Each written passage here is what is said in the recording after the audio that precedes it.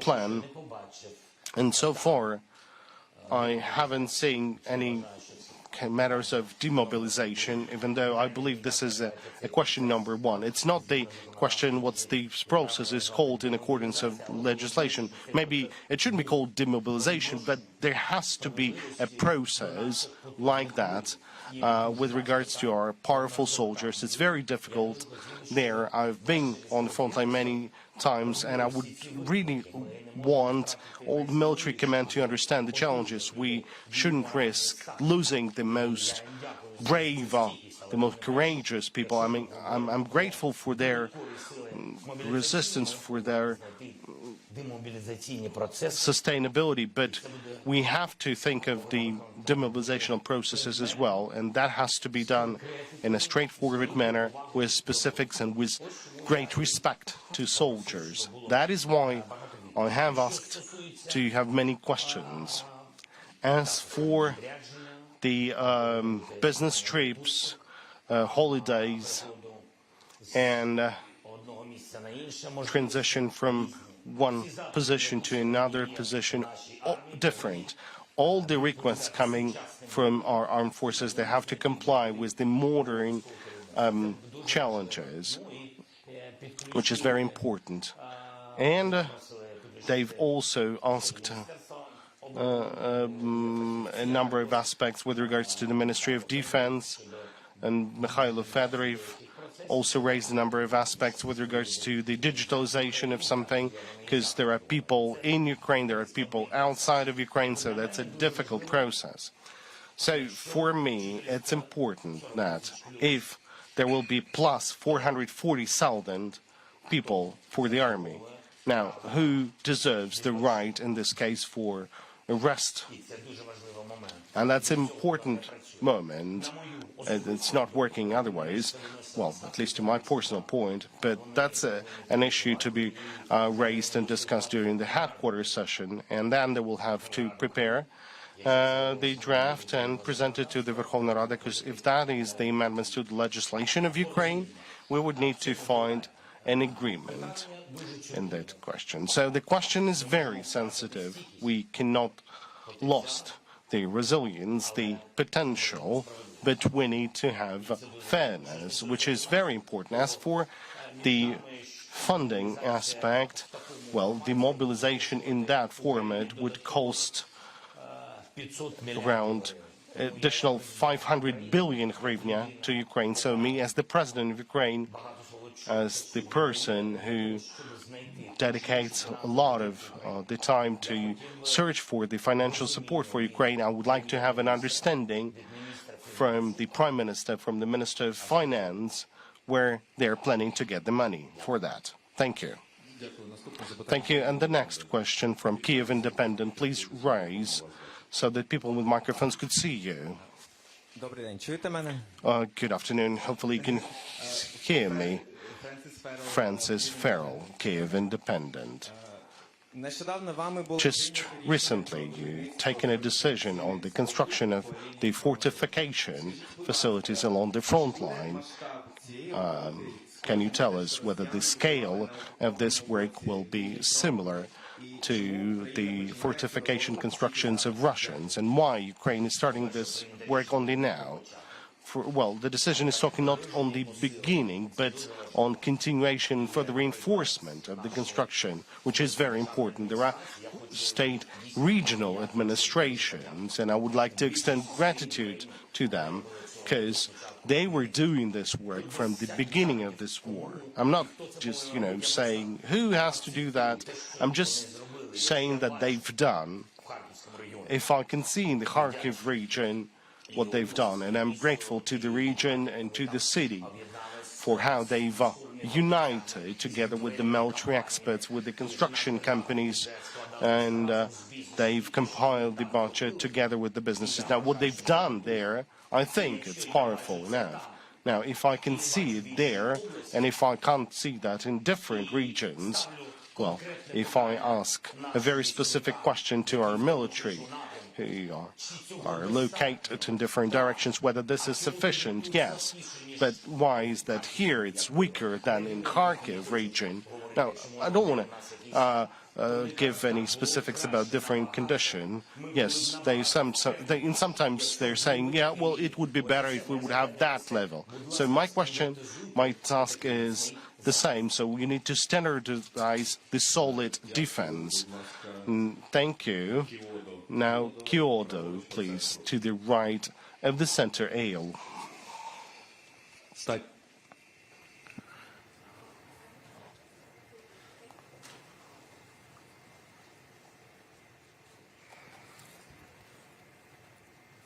Thank you very much for having me. My question is on the battlefield. Ukraine armed force seems to be, suffering the serious shortage of the, artillery, sharings. So some says Ukraine military is forced to change the tactic and, operation because of the lack of the ammunition. So what is your opinion about this? And the second question is, Western military support is, failing, seems to be decreasing. And, if without these Western supports, Ukraine, can be losing. So what is your opinion about, this opinion? Thank you very much.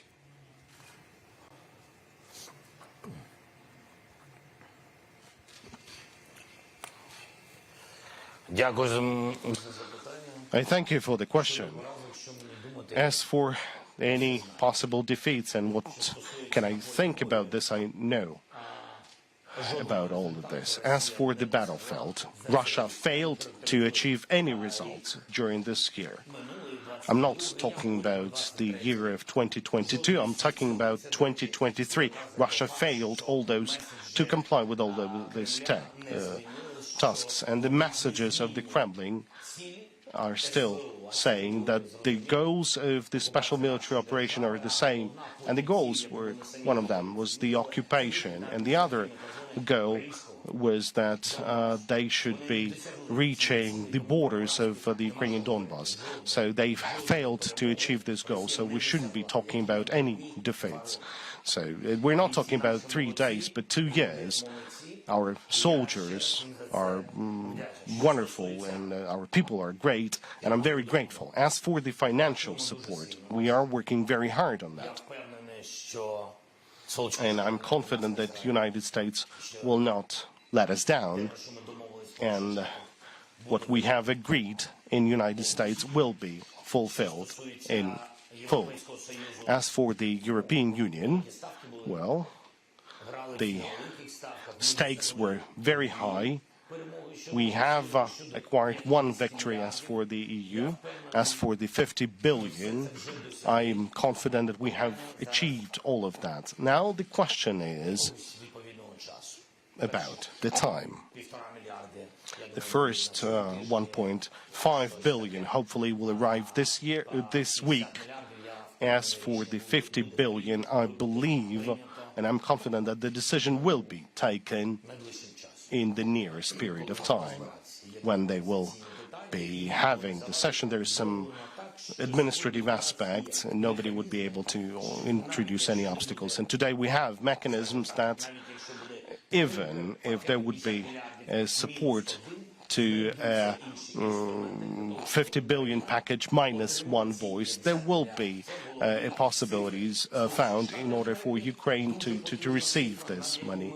The United States are also working on a very powerful figures, and surely the United States, they know the details about this support, how it will have an impact. They know about the impact of any details. They know about our insistency. They know that it's not artificial, that it's required to have the resilience of our economy, of our defense, and the people of Ukraine. I believe that I have found the proper understanding with President Biden, with senators. We've had a meeting with both parties, so let us see. Now, the matter is all about the detail, the dates. Now, as for the reduction of the support, talking about the shells, what you've mentioned, and whether they had any impact, well, the uncontrolled airspace around Ukraine, over Ukraine. That had an impact on the operation in 2023. We're not controlling the air, we don't have the proper ammunition, but that doesn't mean that we shall not find a way out, or we haven't found yet this way out. But for that, we do need the support, because some of the aspects we have issues. I mean, we don't have some of the ammunition, but we're working on that. РБК Україна, будь ласка. РБК Ukraine, please. Дякую. Мілан Лєвіч, Milan Ledic, РБК Ukraine. Mr. President, my first РБК Україна? Лише одне. РБК Ukraine is just the only one. Питань одне є і одне трошки... I have one question and the one to follow your previous response. So, Western leaders like German Chancellor, Mr. Scholz, NATO Secretary General, Mr. Stoltenberg say that the war can go for quite long. One of Azov commanders, Redis, also says it can take years, being the chief of the military in the country. Do you think that the war may not end in 2024? And following up your previous response, if the assistance from the West, financial, military one, dwindles materially next year, do you have a plan B? That is, will Ukraine have something to fight with and live with? I'm thankful to our relations with the European Union. I'm missing some details now. I'd say the European countries who respect us a lot, who are proud of our people. We built special personal relationship with them. Довгострокова допомога. The long-term aid, I think definitely it will be this leverage that you had in mind. Yes, there will be risks, but I think again that we won't be betrayed by our partners. At least this is the result of my visit. What we have now, 1.7 billion from Belgium, 2.4 from Denmark, 2.3 billion from Korea, Lithuania, Latvia, the Netherlands, hundreds of millions, Norway, 7.5 billion, France, 2 billion, Germany, 8 billion, Sweden, a bit more than 500,000, and a huge aid from Japan. This makes for a strong basis. So if there are some risks, these amounts we will be counting them. It's about the multi-annual support for a variety of objectives. Some will go for humanitarian, some for economy, others for social benefit payment. But again, great deal of this assistance from those states is about military assistance. So again, I'm very much confident of our partners. We did nearly everything, and the year isn't yet over. Now, on the war ending in 2024, I think no one has the answer to it. Even those reputable army commanders here in the West, those who say that this is a multi-annual exercise, they don't know yet if it will be. Yeah, we have dialogue, we have thoughts, and ideas can be far from realities. Sorry for revisiting the example with a sick guy dreaming of being triumphant in just 3 days. His ideas were also ideas, and they flopped. I'm not going to compare in any way the ideas of that person with respectable partners I had in mind. But again, just to be more specific, the war, a victory, a failure, a stagnation, these all depends on various factors and decisions from different risks from different areas and domains, but for the most part, they depend on us ourselves. If we lose our resilience, we will end this war faster. If you won't fail in our resilience, we will end this war faster. You know, you can remain skeptical about everything, but you can lose the country with it. I'm not ready for it. And I do know that there are many more of us, millions like me here. We are not ready to give up, to let go our country. From day one until the last day, this is how things will happen. We will keep all our objectives, everything we are capable of, and taken together, we are capable of much more than individually. I think we can make this victory closer. BBC World Service, please. Just please raise up for us to see you. Thank you. Jessica Parker, BBC News. President Zelensky, you are facing a lot of problems at the moment, wavering Western support, manpower shortages as well. Russia is on the attack in some areas. So I really do want to press you on this. Is there a danger that Ukraine could be on the cusp of starting to lose this war?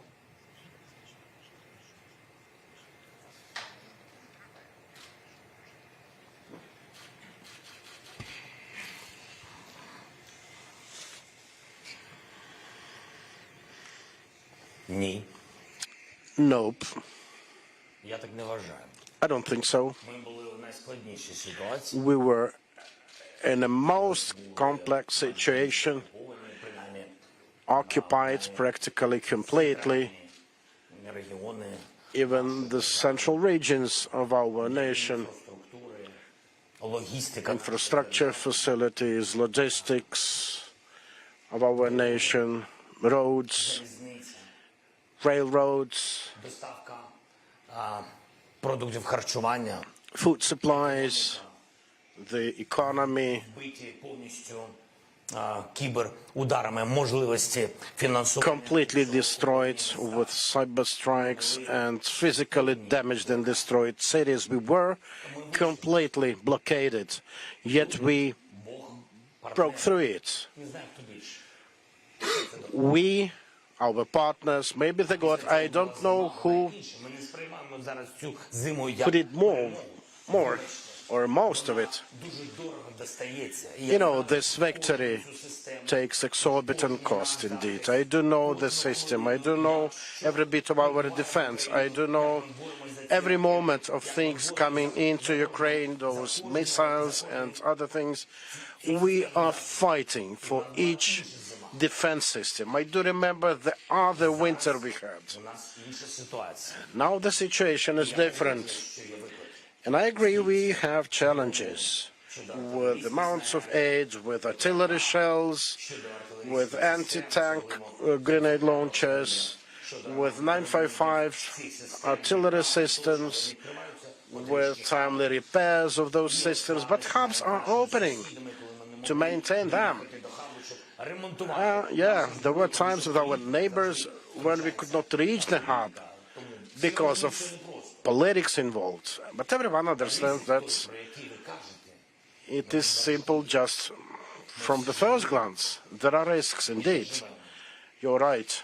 But we are living creatures. We are people and we live here in Ukraine and we fight and we believe and we should believe not with words but with deeds, with our own steps on a daily basis. This is what we need to do. At least not to be ashamed afterwards. Okay, Українська правда.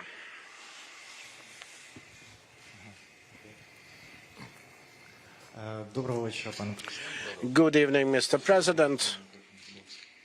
Can I take the mic?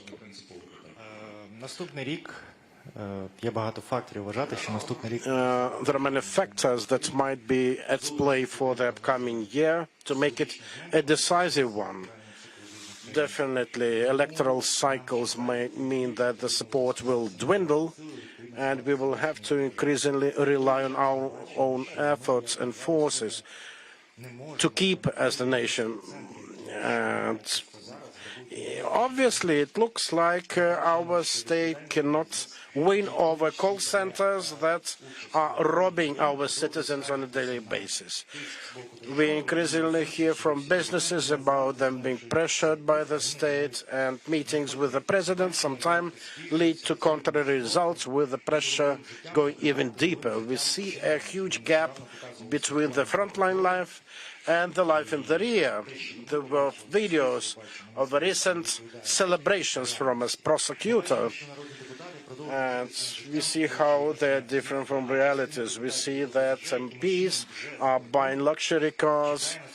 Some MPs are enjoying their lives overseas, in Monaco, in Dubai, and elsewhere, and we unfortunately understand that we can still lose if officials, if MPs will still enjoy their interests over the interests of the public and the society. So my question is, what you could do as a president, who could you replace among your team to make our country stronger, so that our military on the front line would be 100% sure that the time they spend there is not being, disregarded by MPs, but the time is rather used 100% for the benefit of the country. Yeah, thank you for the great number of your questions. I would really love to see you helping me to answer them. As regards my team, not a big one, 5 to 6 managers. If I lose them, then it will mean all of us will be weaker. The air defense systems and so on. With all respect to you, I cannot afford it myself. As regards MPs, you are completely right. They have to do their own and mind their own business exclusively. They have to remain a moral authority in the country, which is not happening. I would put it like this. I would not go into the rhetorical constructs. I would rather say that there is a percentage of people who work, who vote, and they did vote for pro-European laws, for reforms, the ones that will usher the way for us to get the 50 billion facility that will kickstart our economy, that will allow our businesses to come back to work, and those businesses will be helping our military afterwards. This is the sequence of steps. I do agree with your intentions. I do understand the atmosphere around it. But I don't think that an MP who's enjoying himself, yeah, he is not right in doing that, but he is no different from a business person launching fireworks to celebrate his birthday. I think all government officials and public figures have to become moral examples. This is what we don't have yet. Well, the president cannot just let them go, all of them, because then it will be necessary to have elections, which is not what we have to have in the wartime. I am living according to the laws of Ukraine, and they expressly prohibit that from happening. Maybe I'm not the best one, but this is what we have. So, yes, there should be probably changes in the parliament to take and adopt new legislation to have elections during the wartime. Maybe, but, I will make everything to see all of the MPs in the parliament vote for those laws that are necessary to have the fighters with corruption then dog and neck those MPs afterwards. This is what is happening now. No one will stop that. I think we are fighting corruption risks. Our partners say that the funds they provide us with for armaments, these are not at risk, because we do have some reforms going on. Again, people, please understand that, people are like us. There are people who would go to the trenches to fight. There are others who, regardless of them being in the government or not, they would rather go abroad. I mean, someone of a fit age to be mobilized. The people who would bribe someone, grease the cogs to move out of the country. So, yes, there is an idea that corruption should be punished severely. But let us not forget those who do something for Ukraine. There should be a unity moment here. It's better to fight corruption together rather than split the lines into those who are good and bad. It's very important today not to split us ourselves along the lines. Law enforcement, anti-corruption authorities, security service of Ukraine, they will definitely comply. They will definitely fulfill their obligations and do the job. And there will be court cases, and they will be just. I hope so. Good. Now the MPR in the very end to the right, and please raise so that, yes, please get up so that people can see you. Joanna Higgis from NPR. Thanks very much. Has Viktor Orban or any other leader pressed you to accept an armistice that includes giving up occupied territories along current lines? And if so, how have you responded and how would you respond?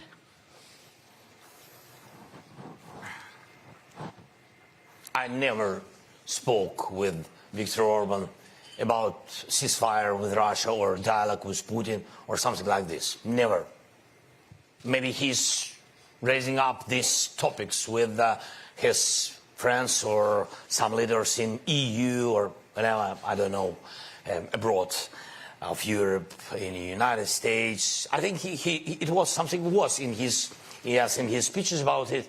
But I don't know. I don't know. For me, it's something strange. Sometimes his policy or politics is not very friendship to us, and he knows it. This fact he heard from me. Yes, I said him that because I had a lot of questions to him. But anyway, we are neighbors. Even with all these challenges and during all these years, especially 2 years of full-scale war, I mean, this experience of our direct dialogue didn't give us possibility to feel that they are our real strong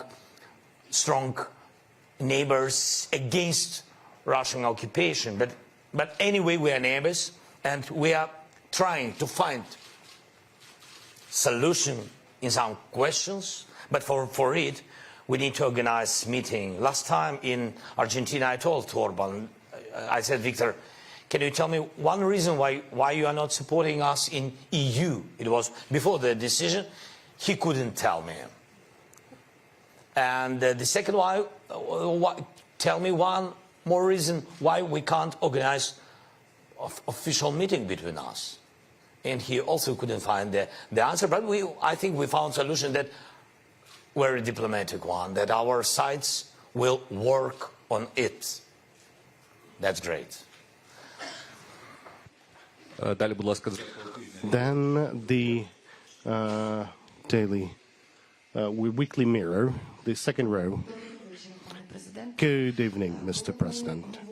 Whenever we are talking about how not to become how to gain a victory, we think of three things.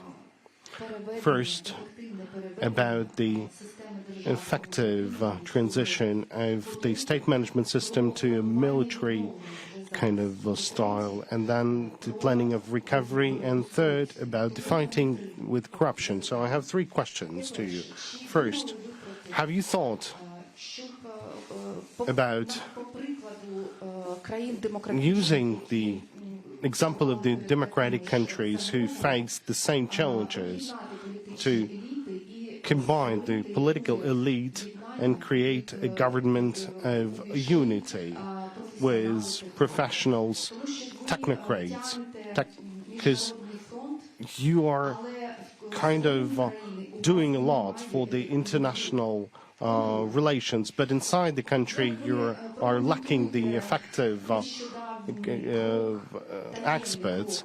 And how would you commend the recent step that was made by the government, who wanted to vote for the resolution with several resolution 5655 that was made in favor to the constructors, which is lobbied by Olena Shulak and Alexander Kubrakov. We're talking about this 50 billion. Well, no. What 50 billion you're talking about? Look, the European Commission just recently, before the accession talks, they two times they've insistently recommended you not to sign this law, and you didn't do that. But the true heroes, they would try to circumvent this. Look, I will have to stop you. Look, let's start, with first step. So your first story was whether we are will be transferring the government to the military planning. What haven't we done? I'm talking about the whole system of the state management. What do you mean? Could you be very specific? Because we always are not or failing to do something in a timely manner. Because I'm sorry, you're talking a lot. That's why you can't do that in due time. Well, I'm taking very seriously your questions. I mean, today we are reducing the expenditures of the government officials. I'm working in order to have further reductions in the government. But if we won't have any people there, it will be difficult for us to govern the country. As for combining the elites, well, we have some questions to MPs with many representatives of different parties. So whenever you're saying, to change them to technocrats, can you offer? Well, and thank you for underlining that I'm somehow, dealing with this international relations. I'm not only one. We have a great team, Ihor Zhovko, Andrei Stefanishina, Mikola, and many others. This is a very good diplomatic team, but thank you for mentioning this. I think there is a result. There are certain specifics, not rhetorics, but very specific international achievements, the support, the weapons, the EU. Okay, let's stop on that. Now, as for the technocrats, or these technical experts, can you tell me a political party, any political party, any person who can be the prime minister?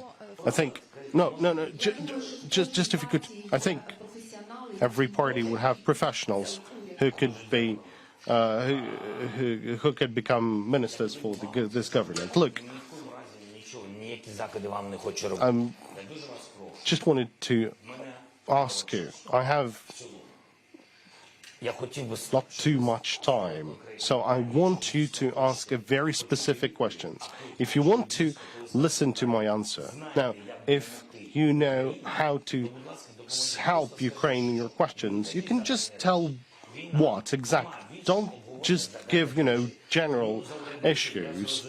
I understood about the government officials. I don't want to take, them from the MPs, because I've being asked 500 billion for a mobilization. As for the technical experts and about the law, etc., that someone attempted something, let's not leave with the talks. If there would be kind of a signature of this law, then we would go back to this question. As for the law on the constructors, nobody kind of applied to me for not signing this law. So that is my personal choice, and there's the reasons for that. So nobody from the EU or from the United States or from G7 never raised this issue. Now, as for what was the third one? About fighting corruption, currently around 1,000 cases of top criminals in committing the corruption crimes are about to be closed, because the head of the specialized committee was not doing anything. Well, we all know about the amendments of Lozovoy and the specialized deputies, Tatarov and Smirnov. They failed to do anything to motivate the majority in parliament to provide legislative tools to the High Anti-Corruption Court for the court to take fair decisions and not to close the cases automatically because we don't have the criminal procedural code working. Well, it's important, to read a lot, but it's better to be kind of literal, because, if you give a lot of details, it doesn't mean that you understand everything. Well, first of all, Ignatius is not the head of the committee. If I'm not mistaken, Rastina is the head of this committee. So let's talk as professionals. I will try to explain to you the anti-corruption infrastructure. The specialized committee is run by Anastasia Raitina. Then the Office of the President of Ukraine is not dealing with the anti-corruption bodies.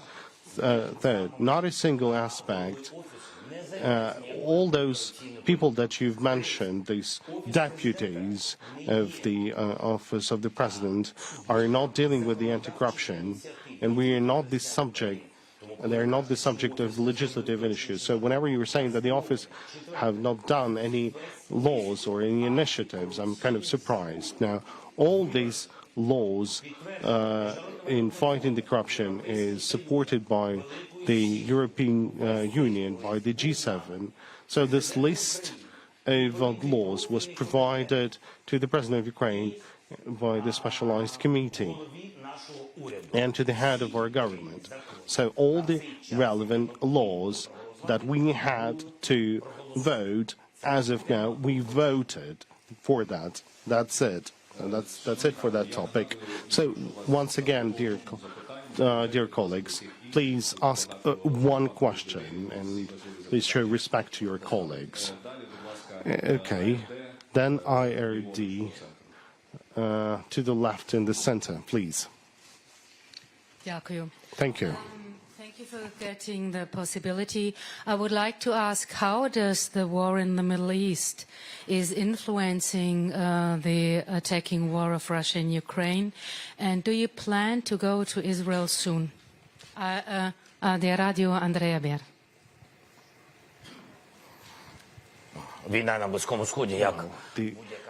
The war on the Middle East, just as any war and other challenge on any continent where there is a presence or an influence of Russian Federation, it has an impact on the support to Ukraine, and Middle East is not an exclusion, it's a fact. And this is not a new information for you, because there is a decentralization of focus or consolidation around Ukraine, or supporting Ukraine at different international platforms, and deconcentration of the informational space around Ukraine abroad. So all of that in a comprehensive manner is affecting the support to Ukraine. What I can tell you, we know that this is a tragedy. This is a challenge.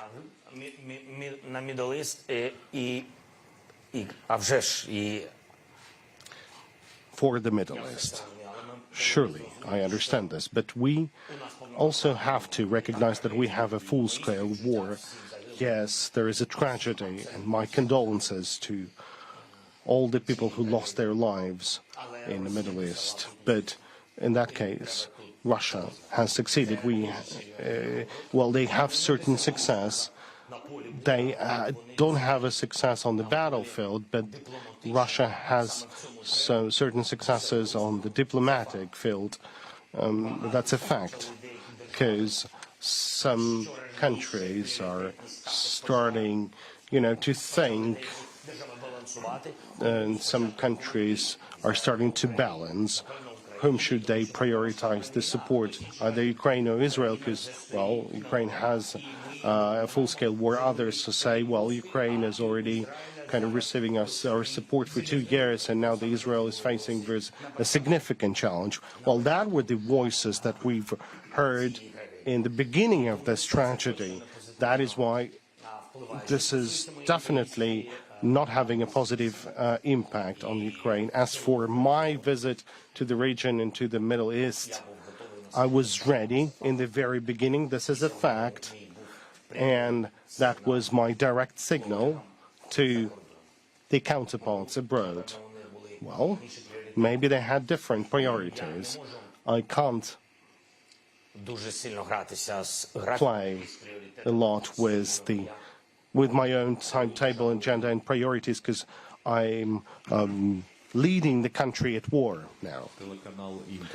Now the Inter TV channel, please. Lilia Nelehaga from the Inter channel. Greetings.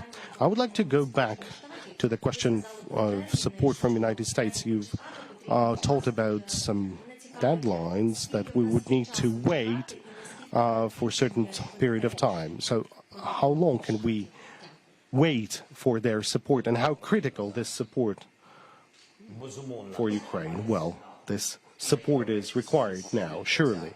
It gives a signal to the EU about opening their own packages of support, but I'm happy that we've heard one another and that the signals from the United States, well, the signal, that would be a signal from the United States, and Europe is Europe.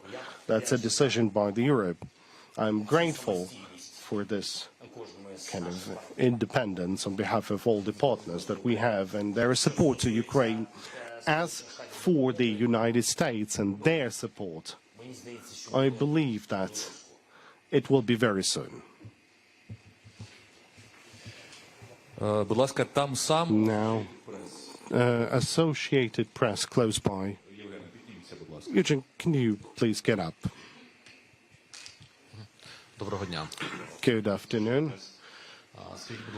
Could you tell us, please, if Donald Trump will be elected as the next president of the United States, his policy would be an attempt to freeze the war and to reduce the support. Do you think you'll be able to convince him? Thank you for this question. I think he will have a different policy. He's a different person. Well, if he will be elected as the U.S. president, it's not for us to elect. It's their people who elect their own president. I'm not sure that the national policy will be changed towards Ukraine, but still we have to kind of understand that leader has an influence, and every leader right after the election, because he got support and most of the people said yes to him, so this first signals in the policy by different leaders, and now we're talking about the President of the United States, and his first signals will be very influential.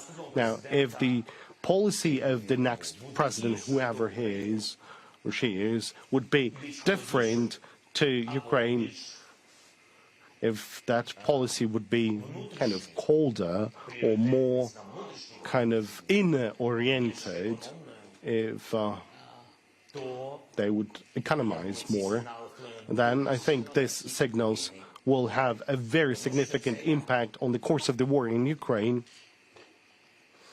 because it's like, the whole world.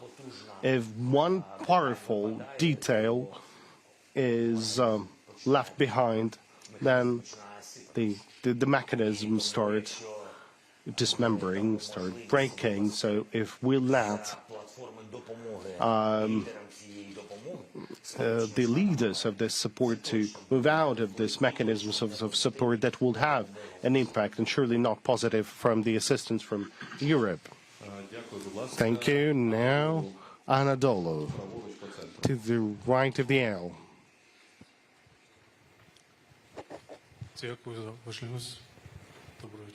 Добре. Позвольте на русском. Будь ласка. Будь ласка. Господин президент. Як життя змінилось, що... Well,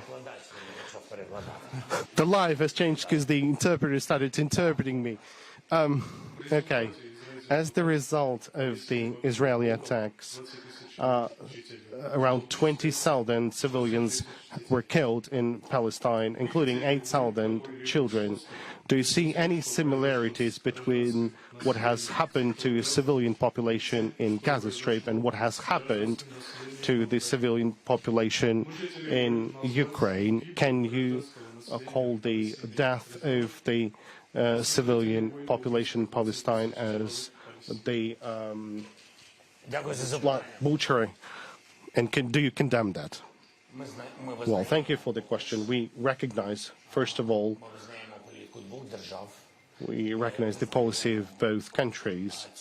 We recognize this tragedy. We also recognize that the humanitarian consequences are horrible on the territories of both countries.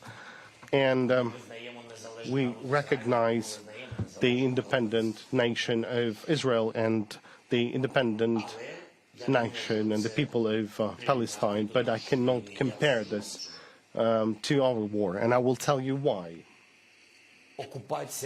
The occupation and the invasion of Russia into Ukraine did not start with the terrorist attack of people with Ukrainian nationality on the territory of Russia. Nobody did this. We lived in our independent country, and then the enemy came to us and started killing our people. So these are different things, and surely I would like to offer my condolences. Same place, Gazeta Wyborcza Poland. Piotr Andruseczko, Gazeta Wyborcza. Ви вже трошки про це згадали. You've mentioned it actually already. I mean, certain issues with neighbors. In the past months, we've seen some problems arising in relationships between Ukraine and Poland. But there's a new government in Poland already, which is pro-Ukrainian, with a clear-cut pro-Ukrainian position. And Donald Tusk mentioned it clearly. Yet still some problems remain, which is about border blockades, grain problem. To overcome the problems, a compromise might be needed from both countries. Is Ukraine ready for one? Maybe some compromises are needed. Or put otherwise, what is your vision of further relations with Poland? Some changes might be needed, not?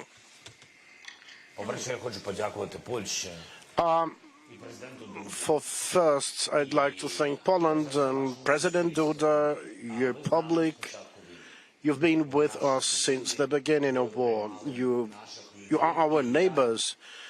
You hosted our people, and I did everything to the max to thank you. Probably it wasn't enough, but still we are thankful to you, historically as well. But again, we need to be open-minded with you. And the Polish public and President Andrzej have always said it, that the Ukrainians are defending Poland with their lives. I think we are brethren, and you've been helping us as much as you could. This is for a fact. And we stood for you, for your independence, and we continue standing. I did have very powerful relationships with your cabinet of ministers. I would go out to Poland also with my spouse.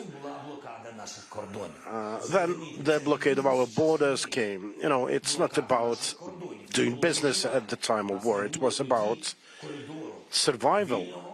We had no free corridor, free, independent Black Sea corridor to bring our grain out. and we had problems in Slovak Republic. We could run into problems with Romania. We had problems with Hungary and with our best friends in Poland. So what we're left with, we don't have sea. Where else? We had no chance. So you mentioned the compromise. So the question is, what kind of compromise? We are ready. Is it a compromise just for us not to survive, to stop selling our grain? We are not going to sell our grain to Poland. Let us take the grain out of the country. You don't know how the Ukrainians are treating Poles with great love. And if someone would say that there is a conflict between us leaders, two leaders of the countries, the Ukrainians started defending you. This is like, neighborhood lives between neighbors. Just consider it. From April till September, it was really a challenge. We lost hundreds of millions of dollars. We lost some of our yield, and it was happening on a daily basis. And I was being asked on a daily basis inside my country from farmers, what could we do or should we do? Our fields are mined. We need to get the grain out of the country. Again, I'm deeply thankful to your nation, but you have to understand me. I'm not a rag. I have to defend the interests of my nation at the time of war. So what I asked for, just let us get our grain out of the country. We weren't given this chance, and it wasn't correct. It wasn't right. So it's like, one being a landlord and another being, a tenant. And yeah, there was a political signal, you do know that. And everyone in Poland, in the Polish society, knows it was about politics. It was about the elections that those leaders lost. And I told the leaders of Ukraine at that time that you would lose.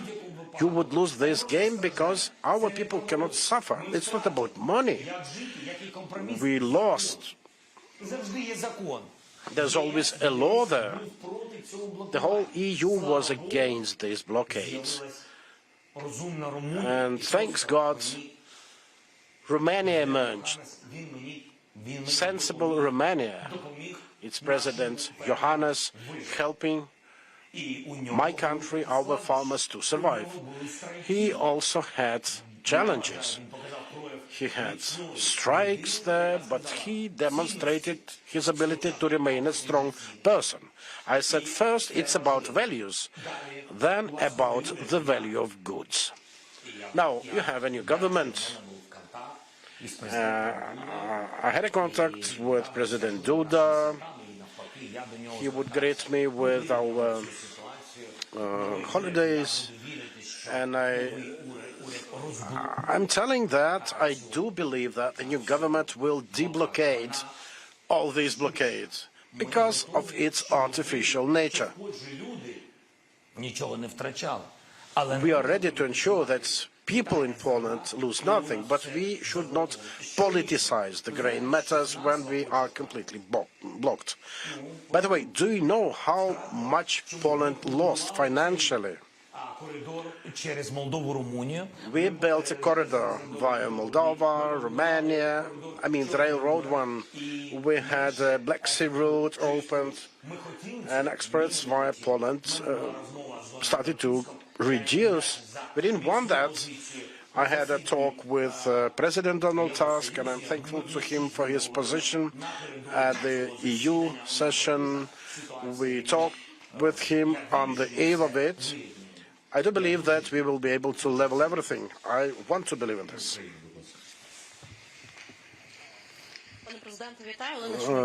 Mr. President, my Ukraine channel.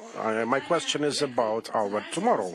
Definitely it will come, but the question is about security, us being in NATO, And in terms of security guarantees, we have this declaration since July. We have bilateral negotiations with countries, but what are the results of these negotiations?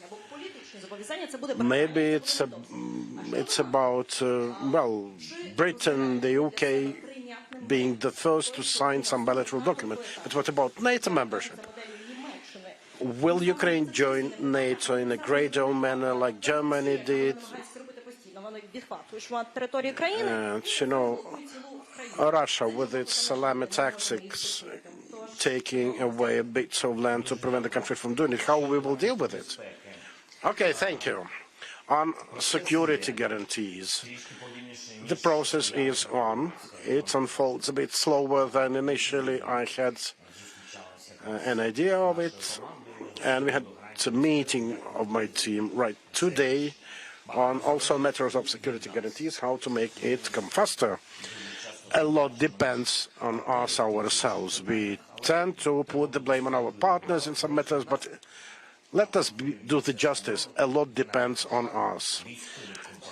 The headquarters of the army, the MOD, the military, we have to be able to transfer our vision to our partners. And this is a very, very powerful core of all those security guarantees and related negotiations. We are yet to send this information, this vision. I do understand lots of challenges around, but we still have to do it. This is about security guarantee. Now, concerning NATO, we do know that this is the most powerful option for us. We are not being invited there. Signals regarding some partial membership. I think this is, this is nonsense. Just without being too rude to those voicing this up. Yeah, there are some messages being floated here and there. But again, we've never been given any such proposal from any of our partners. And even if yes, it would be really hard for me to understand how this could happen. Just, imagine someone, a human, thinking that he is a human. This guy is sitting in Moscow and he says that the special military operations objectives remain unchanged. To say that he doesn't want to change anything, he wants to go like right to where he intended. Now, what will happen or would happen if Ukraine, a part of it, is in NATO? I think it will bring huge risks. I think if a part of Ukraine is in NATO, you heard signals about Finland when it was working on that. There were rumors that he would invade Finland to fight NATO. So the question is, will NATO countries fight for a bit of Ukraine remaining with unclear status? We won't recognize the occupied territories as the Russian ones. And that will mean that we are kind of not entirely in NATO. We are a country, a part of which is in a security union of NATO, and another part is under Russia. So I think it's a fantasy, Speaking of the UK,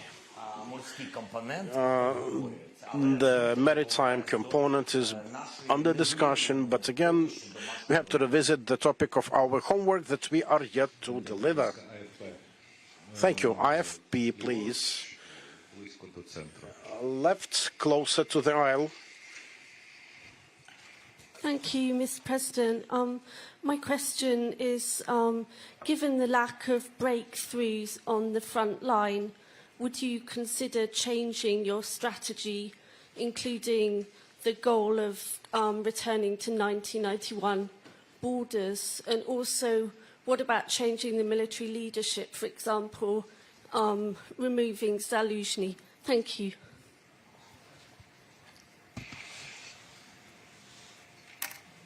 Дуже дякую вам. Стратегія не може бути змінною згідно нашої Конституції. Thank you. The strategy cannot and should not be changed because it's in our constitution about our territories. The tactics can change after careful consideration of the results of our activities in the south of Ukraine in 2023. So until the end of this year, we will get this understanding, as well as an understanding of our further plans and steps. Будь ласка, New York Times. New York Times, at the very end of the hall. I think there will be more questions like that. Andrew, підведіться, так, дякую. Please, Andrew, would you rise? Andrew Kramer with the New York Times. Mr. President, could you describe your position on negotiations? When and under what conditions would negotiations be in Ukraine's interest? Thank you.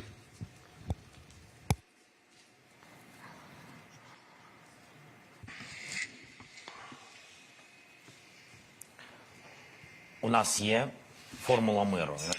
We have the peace formula, and this is the only platform today which is in working order. The last meeting in Malta was quite good, with nearly 70 countries there.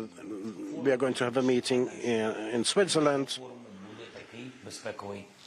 The platform of the World Economic Forum will also have a very important segment on that, and we will be working to see that meeting have representatives from all the continents, including the global south. And we'd love to see maybe 80 countries, maybe more. We are not chasing numbers, but the numbers do matter. Political or geopolitical isolation of the Russian Federation will depend on that. After the meeting, we will be working on how to organize the summit already at the level of leaders, because the meeting will finalize the last 5 points of the peace formula. The first 5 points were discussed by the security advisors during the meeting in Malta, and the last 5 points will be finalized at the meeting in Switzerland. After that, we are going to organize a summit of leaders, and when it happens, I'm sure we will have to do everything, given this defocusing from the Ukrainian situation, given the conflicts and wars around the globe. I think we will nevertheless have to focus on the story of Ukraine, in Ukraine, and the peace formula. And I think that our recent visit to the United States, Latin American countries, and Europe rekindled a bit world's attention towards Ukraine. And we definitely see this direction. We see it has started to change. It's very important for us to see that the attention is being restored towards Ukraine, and we will have Switzerland on the way. So not to say that there will be a full stop here, but it will definitely be a pivotal point. And the platform there will offer an opportunity for countries to reach on some fundamental things with which we will be working to prepare a relevant document. When a relevant document is ready, then we will be prepared to send it in certain given format to representatives of the Russian Federation. When all the countries worldwide unite around our document, we will be ready to send it over.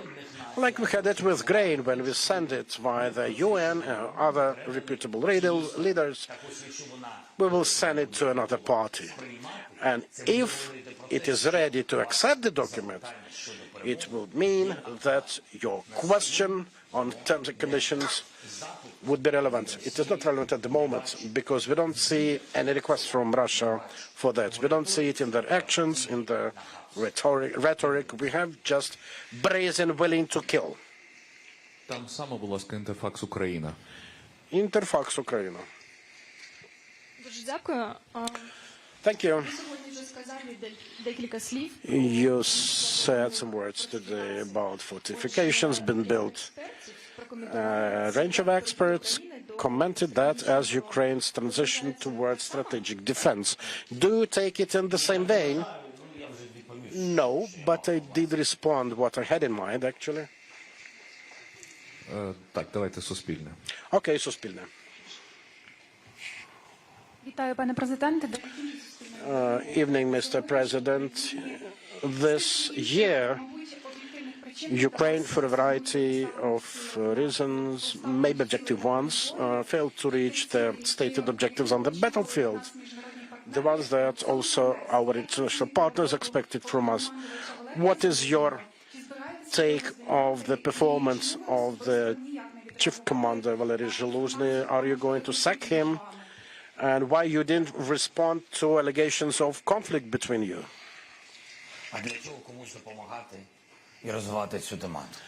Why would we help someone digging deeper into the topic? We have good working relationships. He has to provide, deliver the result as the top guy in the army, top of the army headquarters. Yeah, there are questions there, but there is also the chief commander of the Tavria group. It's a complex question. What did happen, what didn't, what is going to happen or not, or maybe it won't happen at all. It's a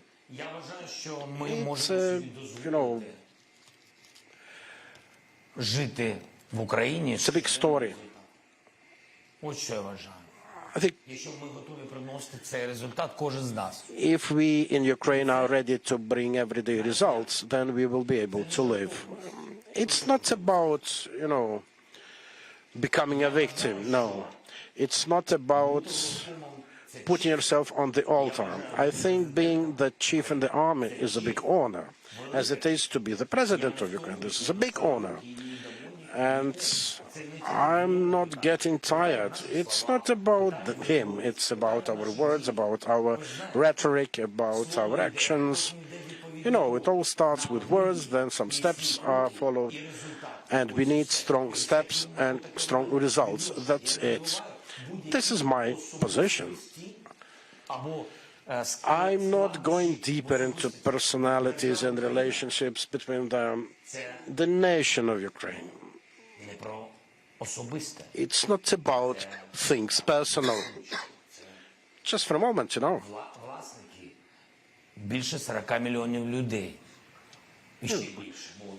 It's about 40 plus million of people. And this begs for results. Daily results. Whatever position or office you have, it is about responsibility for each result every day.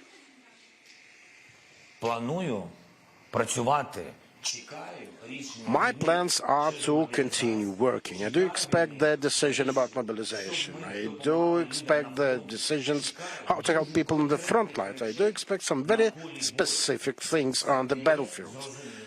The strategy is understood and understandable. There is an understanding of our actions. I want details. I think this is just requirement, because if you have details, then you have answers. 440,000, 230,000, 100,000, 300,000. We have to survive. And it all costs money, by the way. Just, for a second, for a glimpse of an eye. I would even, defend the civilians a bit. When you understand the level of financial contribution needed to support our servicemen. I've spoken on that multiple times. They have salaries, remunerations. Our population, our taxpayers, when we speak about this or that mobilization numbers, we need to understand the very simple math. One military serviceman equals 6 civilians paying taxes. So, take 500,000 people, multiply by 6, and understand our task that we have. Me, myself, the government, etc.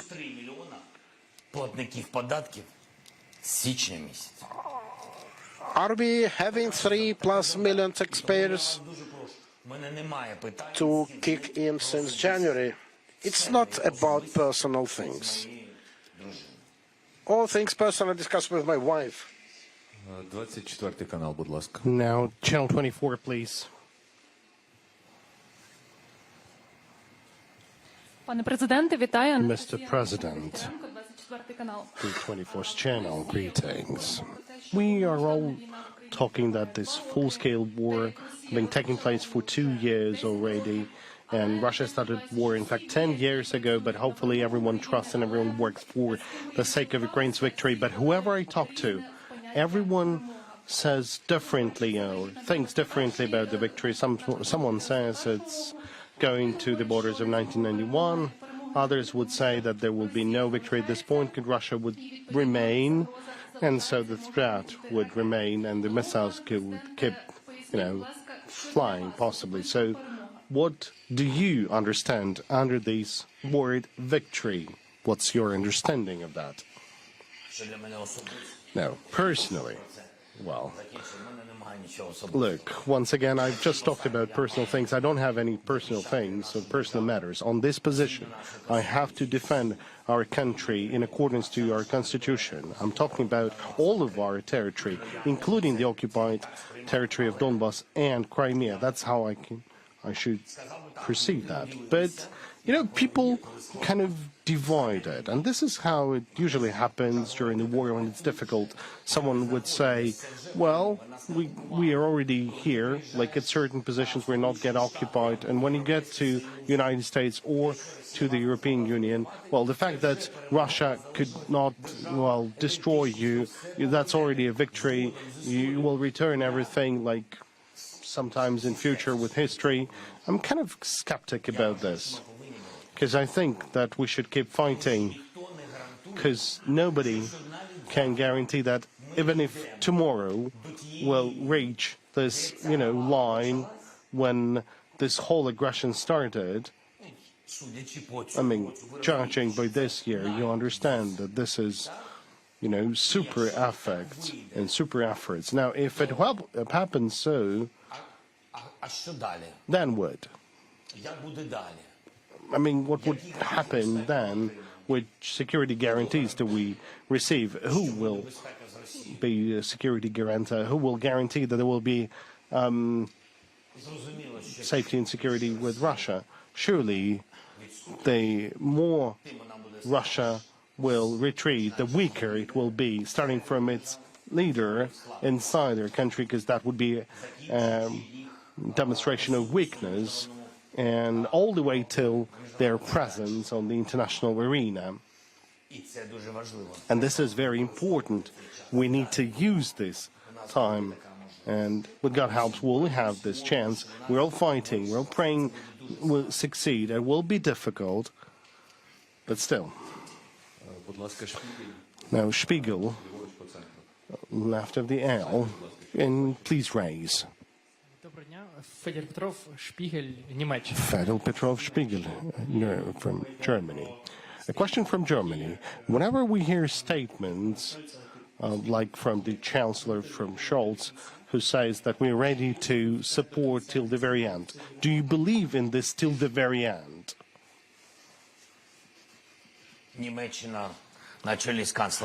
Germany, headed by Chancellor Scholz, is second in terms of the amount of support we receive, a second in terms of the global support to Ukraine. I'm talking about financial, military support altogether. And I want to express words of gratitude to this society and to him for doing that. Well, till the end, what it means, we'll see. We'll judge by people's steps and not only by the words. Currently, he is helping very significantly.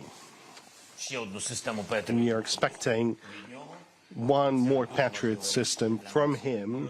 That is a very important decision for ourselves. We understand how it helped to the region that is fighting on a daily basis for their life. Now, the Forbes Ukraine left by the wall, please.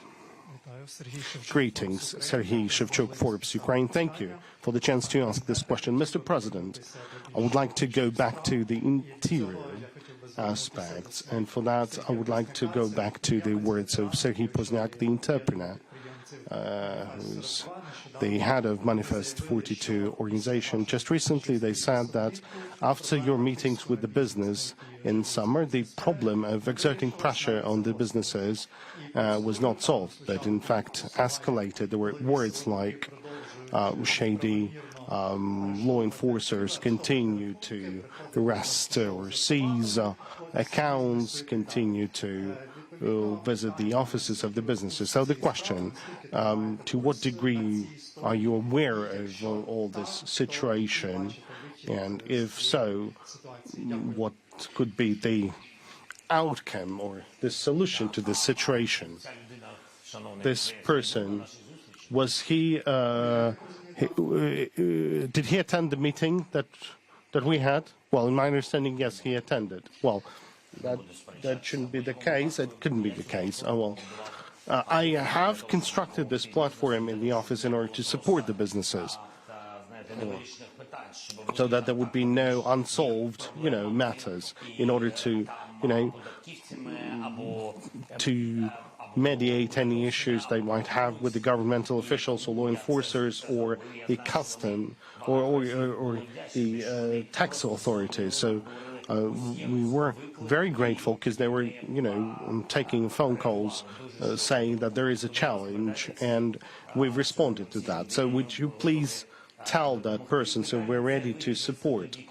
And this question will be solved only when the relative law will be approved. I have asked the MPs to vote for this law, and surely you know that there were no inspections, but this is the requirement of the IMF. So we've returned all those inspections. We couldn't do anything about this. So I suggested an alternative. Let's make one body, fiscal, law enforcement, whatsoever, and however the interpreters would like that. And only the representatives of these agencies would be able to communicate with the business. I know that the respective law should have been registered in the Verkhovna Rada. In any case, thank you for the question. I will check why this law has been voted for, and then we'll understand that it's not a question to, everyone, but in fact, there'll be only a question to a certain agency. But you have to understand me. I know there is a pressure by the taxation authorities, and maybe there are some irregular steps, but I don't have the authority, to ban the taxation authorities from going to the businesses. You need to understand, we have to act by the law. So what I've told you, this is something I can do. I can't do anything more than that. If there are any other proposals from the interpreters, well, I'm open. I'm happy to hear those proposals. Thank you. Next, let's have Radio Svoboda. Close to the stage here. Mr. President, greetings. I wanted to ask you about the POWs and the detained Ukrainians currently located in Russia. Thousands of our POWs are there, and their relatives are coming on the streets in different places of Ukraine. Maybe they think that Ukrainians are forgetting about this, or maybe there is a lack of communication from the authorities regarding this challenge, and over 25,000 civilians are currently detained in Russia. That's according to the data provided by Dmytro Lubinets. For example, our colleague Vladislav Yursipenko, a journalist from Crimea Really, he was detained in Crimea over 2 years ago. Then Dmytro Khelyuk, our colleague, he's also detained by Russians. So tell us, what are the mechanisms available to release the POWs and civilians? What you are doing, what the authorities are doing, and can you tell that if this process has become more complicated if compared to the previous year, because the last exchange of POW was taking place in June. I can't tell you what exacerbated this process, what made it more difficult. It would be, well, not ethical. So, if possible at this point, you are absolutely right to say that this process is becoming more complicated. Maybe, indeed, you're right that the authorities are not communicating sufficiently. I will tell Budanov and Luganets to communicate more information so that relatives would have more information. I understand this pain. This track is working. Indeed, it slowed down due to reasons. Well, there are the reasons by the Russian Federation. There's very specific reasons. This track will open. We are currently working on a fairly significant amount of our people, so that we would be able to return them. God help, we'll manage to do that. As for the civilian detainees, if we're talking about the children, the small numbers, but still we have a gradual return of Ukrainian children. We get support from Qatar in this track. As for our people in Palestine, I am grateful to Palestine and to Israel and to Qatar. They helped to return our people. As for the population of Crimea, the citizens of Crimea, well, the situation is very difficult, and we don't have, anything to say or to say thank to international organizations, because they haven't done a lot in terms of that. I talked to President Erdogan on that, and so far, Mr. President Erdogan did not demonstrate any result. As for the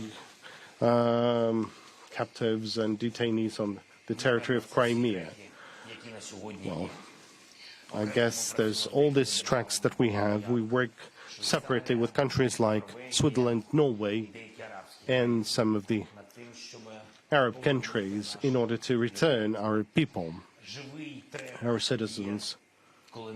We still have a track when we have an exchange of POWs in between of the militaries. So when we have like certain accumulation, and well, sorry for this word, but still accumulation of like enemy resources, we exchange them to Ukrainian soldiers. Currently, these are all the tracks available to us, but still, we are working to increase them. We are working to the international partners that I've mentioned to you, and hopefully, and sorry for returning to that, hopefully this track will work out. We're talking about military or civilians?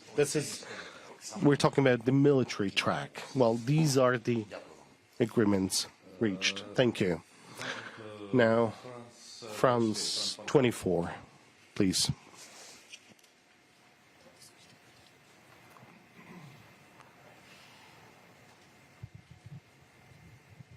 Thank you. Emmanuel Chas, France 24. 12 months ago, we had the prospect here in Kyiv of a counter-offensive that would be successful.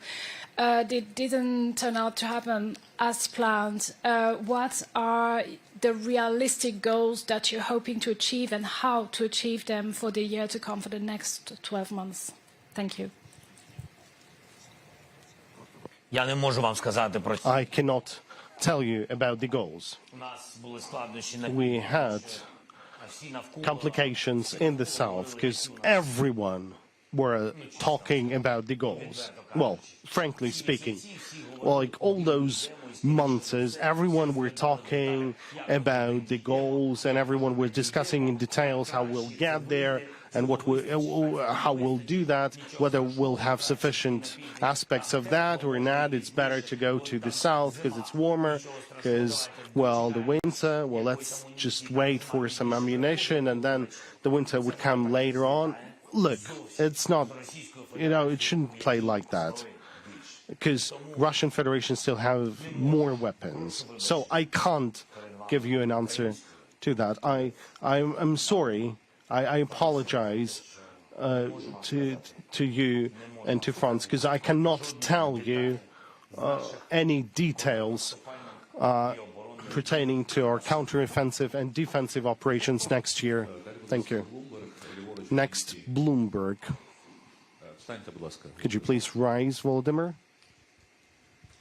Mr. President, greetings. Thank you for the chance to ask this question. We know that the legislators are currently working on a new draft law on mobilization, and possibly it will contain a series of unpopular decisions.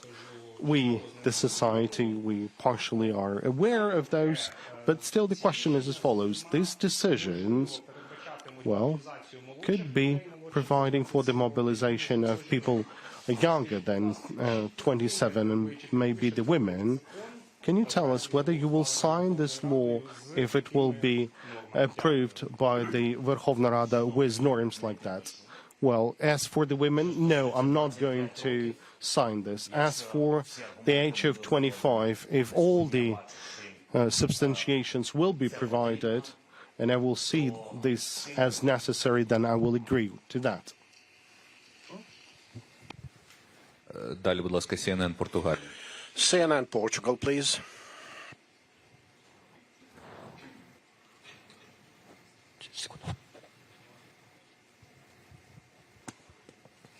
President Zelensky, Elena Lins from CNN Portugal. I hear you talking about a lot about unity today. Are you afraid that Ukrainians are splitting up, are dividing as a society, not only about reaching 2 years of a war, but also towards supporting you as a president? That's my first question. And my second question, you were supposed to visit Portugal, at least that was the expectation some months ago. Do you have plans to visit Portugal? Thank you.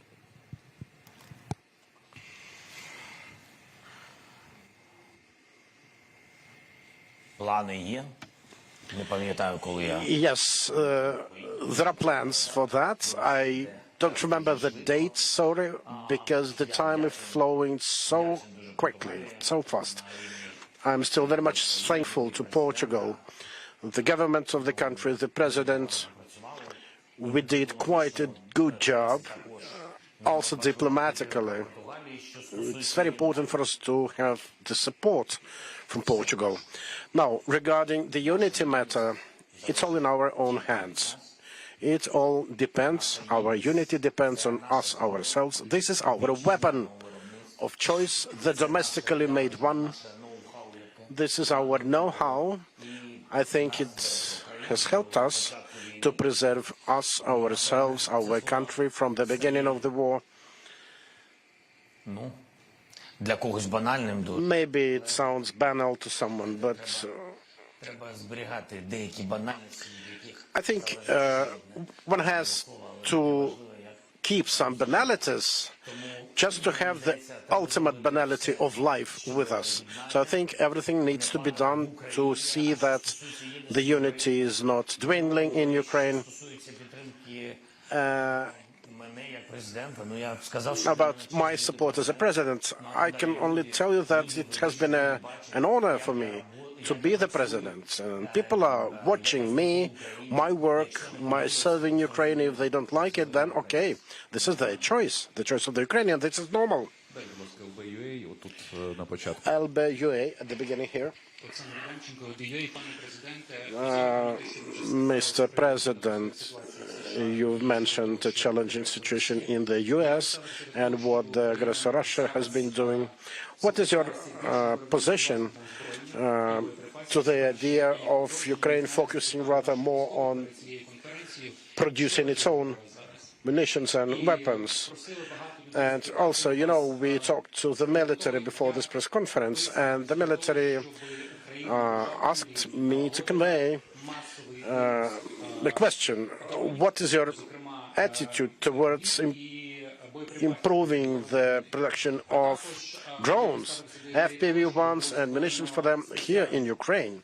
Also, what is your stance towards establishing a dedicated unit for drones in the MOD. I'm very positive on drone production and special units for that. There should be an infrastructure and structures to manage drones. It should not be a Soviet one. It should be a fast-reacting, modern one.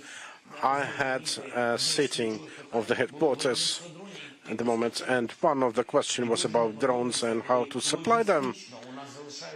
It's really bad when we are still left with all-time Soviet red tape in terms of logistics of it. We had 20,000 of drones sitting in a warehouse, and for some reason they could not get it to the front line. Yes, the headquarters session sometimes was quite loud about it. But when I'm being asked what about my personal thing?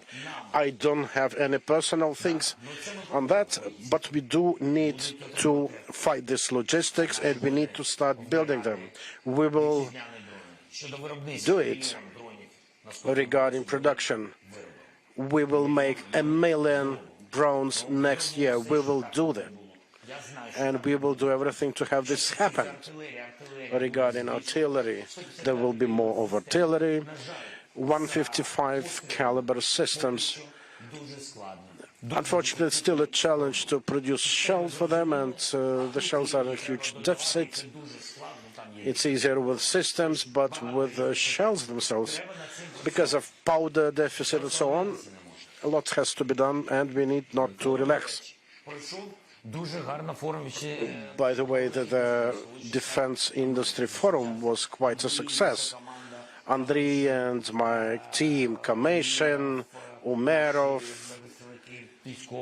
representatives of our military, had nice meetings in Washington. We had an important meeting with President Biden, and we have to be clear about telling that some of the leading world companies, those making CV-90 artillery pieces, those producing Patriot systems, we had meetings with all of them. The team chaired by the head of my office was there. Then I paid my visit there to meet leaders of those companies myself. We will do that, but it will take time. We do not have time, but we will make 1 million drones next year. TVP Poland, please. Thank you very much. We mainly talk about difficult things, lack of ammunition, lack of successes on the front, the blockade on the border between Poland and Ukraine. But today I have found very interesting and positive news, I think on Andriy Yermak's Twitter account. It was about Ukrainian civilian plane taking off from Borispol airport, and actually I read somewhere that Borispol airport is looking for employees. What does it mean, Mr. President? Will my mother be able to visit me in Kiev soon? Sorry for that question, but it is really interesting. Я не зовсім зрозумів. Сьогодні технічний переліт був літака з Борисполя. There was a technical flight of a civilian plane from Borispol airport, and the Polish outlet wants to know more. Where did the technical flight came to? Where did they go? I have no information to share. Well, it appears that the Polish colleagues has more. And he says that he read it from your Twitter account, Andriy.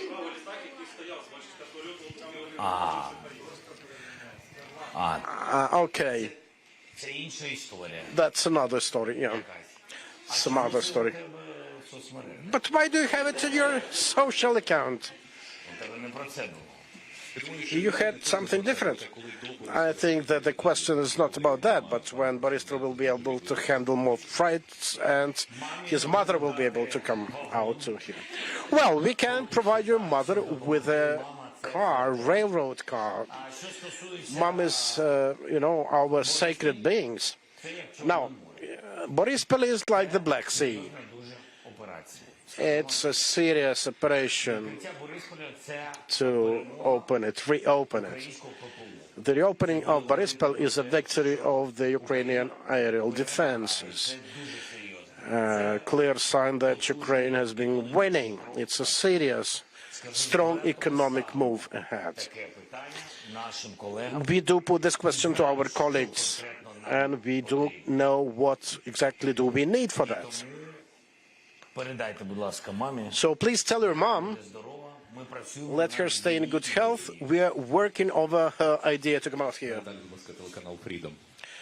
Freedom TV channel.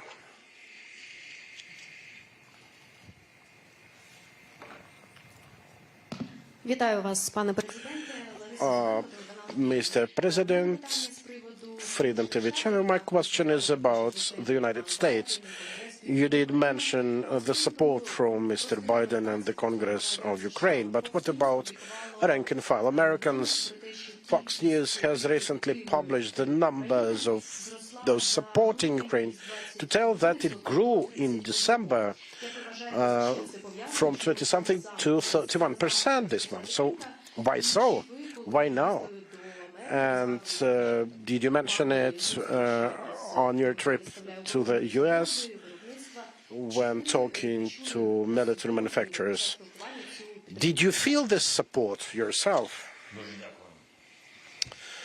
Thanks a lot. Our visit to the United States of America brought exactly this result, bringing up the number of people supporting us. In terms of the analytic provided by the Fox, yes, I do know the difference, 10% difference. We contacted our colleagues at the Congress, in the White House, and all shared the vision that obviously it was the result of the visit to the US. You know, 21 to 31, it's 10% difference, quite a material one to compare. So, yeah, I think the visit was the right one. We had a number of meetings, public meetings, and not so public, and dialogues, and we had some decisions on that.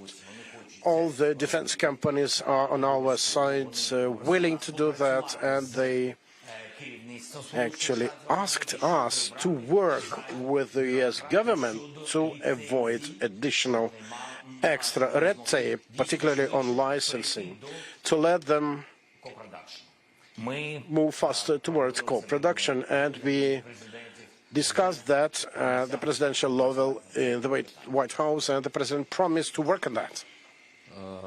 Будь ласка, El País. El País. Трошки далі від центру. I think we answered nearly all of the questions. By the way, a brief announcement that we have 12 minutes to go and we are to close at 8. You talk about the support of the United States and the European Union.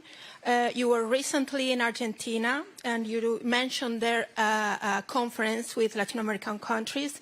I would like to ask you about how is the relation now with the Global South. And I would also wanted to ask you about the Spanish presidency of the Council of the European Union. What's your assessment in terms of work that have been done for Ukraine in this semester? Thank you very much.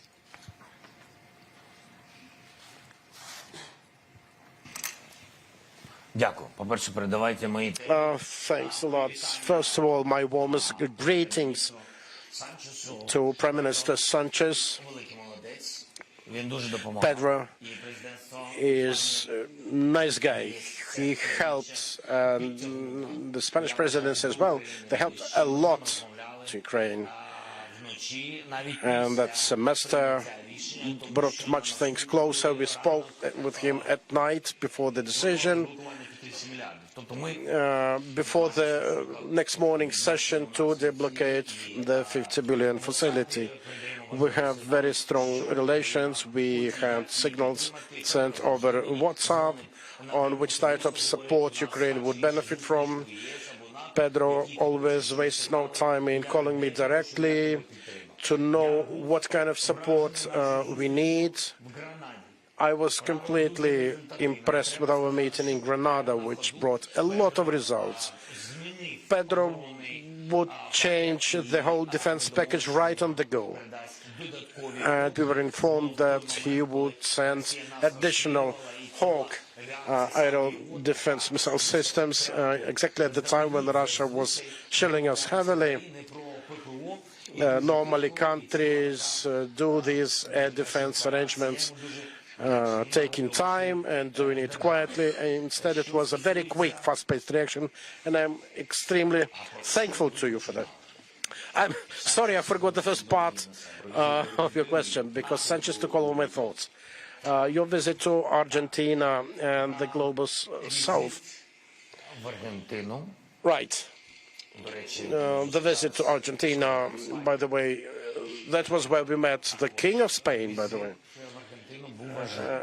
The visit to Argentina was important because there is too little of Latin America in the modern history of Ukraine.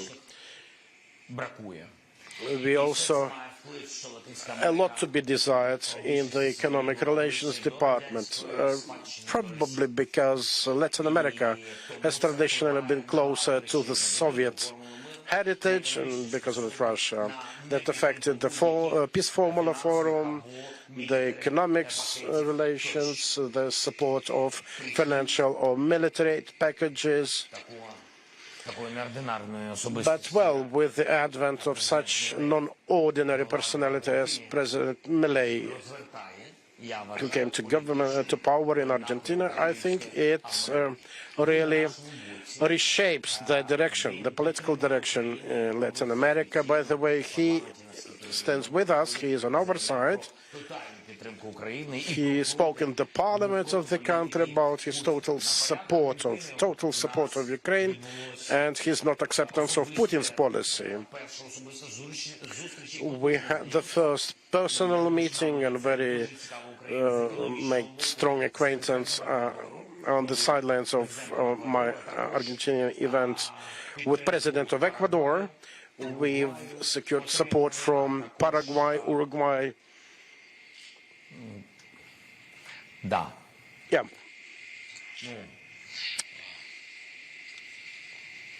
Orban is Latinska America. Yeah, Orban, he is not from Latin America. Well, there was an European track there. Yeah, so we had important meetings in Argentina. I think our team will work on that, and we will work with the team of President Milei, and the government officials will meet. Espresso TV, please. Добрий вечір. Дякую за Thanks for having me. Just a couple of words about IDPs. Them being a lot here and abroad. If I'm right to remember, about 4 million of the Ukrainians left. So whether the start of accession negotiations can be an argument for them to come back after the end of active hostilities. What options do we have to bring those people back into Ukraine? Are there any government programs to bring 4 million Ukrainians back home? And I myself am an IDP. Where are you from? I'm from the town of Shastia, Luhansk Oblast. So IDPs, internal ones, hear about reduction of assistance to them. What are the programs available to IDPs who left the hostility areas? As regards assistance to IDPs, there won't be any reduction of them.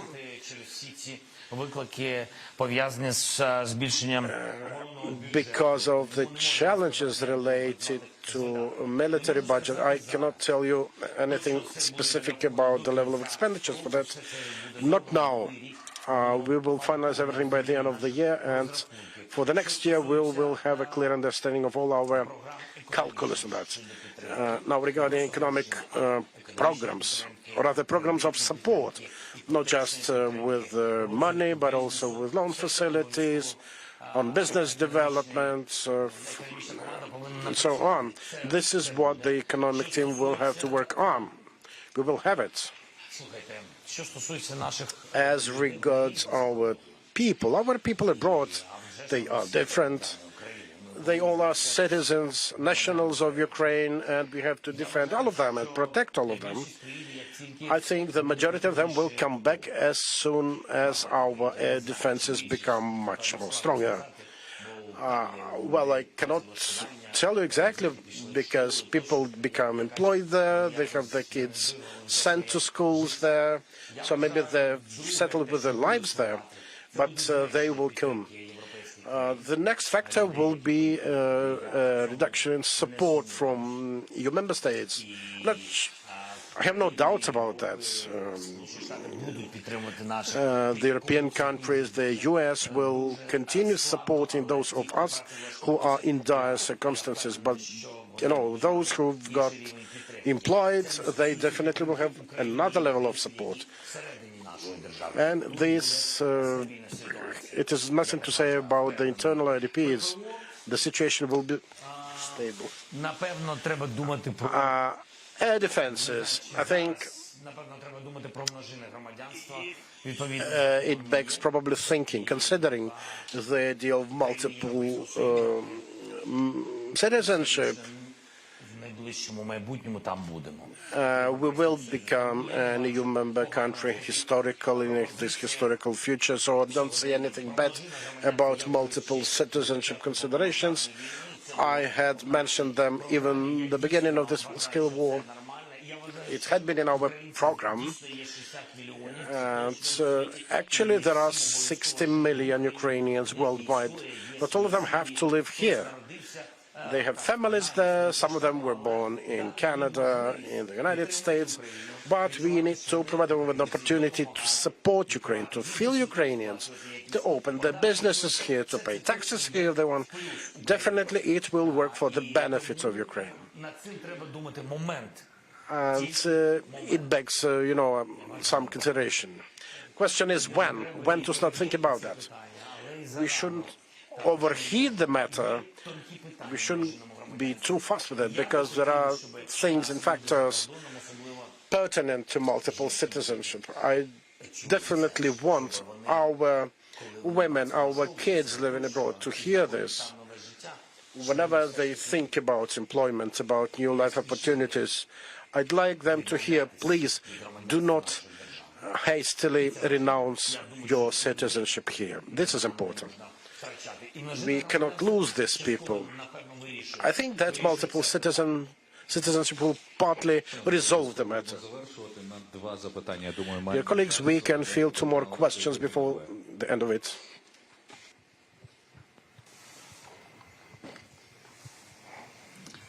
Ганна Гомонай, телеканал Рада. Homonai from the Rada channel. You've mentioned the wife, Olena Zelenskiy. In addition to many other tracks that she's doing, she particularly pays attention to mental health, to psychological resilience. She made this a priority during the summit of First Ladies and Gentlemen. Do you talk on these topics, in your own family? And what would you say to people who are currently asking how to cope with this mental aspects during the war?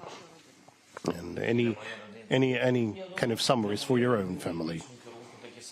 Any summaries of the year? Well, the summaries for my family would be just the same as for any other family in Ukraine. We understand that we have a possibility to leave, to work and to serve Ukraine, and we have a possibility to be together. Because, now staying in Ukraine, being in Ukraine, even in different locations, it still means that you're together. Because if the soldier is on the front line and his wife or girlfriend is in Kiev or any other city of Ukraine, the soldier, he feels like the person that he loves, that he defends, is here in Ukraine. Like, I'm not saying anything to those women who left Ukraine. No, still, I believe that they offer this moral support and the resilience to the soldiers. Just as my wife, she supports me, she works a lot. Truly, she has a lot of program. She helps in the way she can. Well, through this program of mental health, and just recently there was another program for school food, and I'm very grateful to the Warren Buffett, to this school, other support, and now thousands of children are receiving hot meals at schools in those areas affected by the hostilities and by the combat operations. So the life is returning, and I'm very happy that my wife is among those people who support. I'm proud of her work. As for, well, children, well, my son is schoolboy. Sometimes he's, joining offline classes, others, in other cases, online classes. My daughter is studying at the university. Well, I'm happy they're here, and it's a great pleasure that they've made their personal choice, and they're making their personal contribution just as any other family in Ukraine. And since you've asked this question, I guess I would like to thank all of you who's staying here in Ukraine. The country is alive. There's people on the streets, and that means a lot. Thank you. No, there's no time, but since I've already announced one more question from NV, please raise yourself and ask your question. Greetings. Mr. President, recently the representatives of your political party, Mariana Bezugla, has made a number of accusations towards the Commander-in-Chief Zaluzhny, saying that he failed to provide with any plan for combat operations for 2024, that he should be dismissed for that. And could you tell us whether the position shared by the political party is the same as your position? And is that correct, that what Bezugla has said, that there were no plan provided?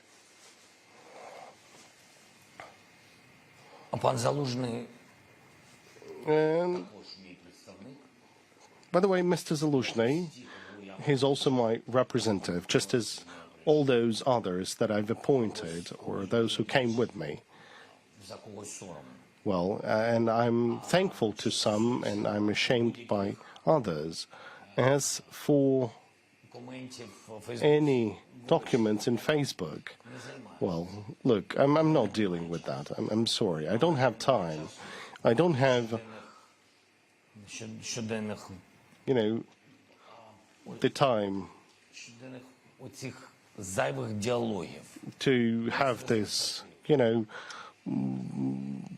dialogues that bring no results. I use the social network as a platform, as a place where it can, answer certain questions or give signals to our society inside our country, to tell some important things, some urgent things, or as a format of communication with some of our partners. As for Mariana and Valera and some other people, well, it's kind of, it's difficult. They tend to like to comment, to, hit likes on the Facebook. They tend to communicate a lot. Like on one occasion they go to the front line together, on the other occasion they have quarrels. That's difficult. I would say that we need to give results to the country on the everyday basis. Okay, dear colleagues, this is the end of the press conference. I thank you for your interest, and thank you for raising this interest since yesterday, for asking so many questions. Thank you. Goodbye.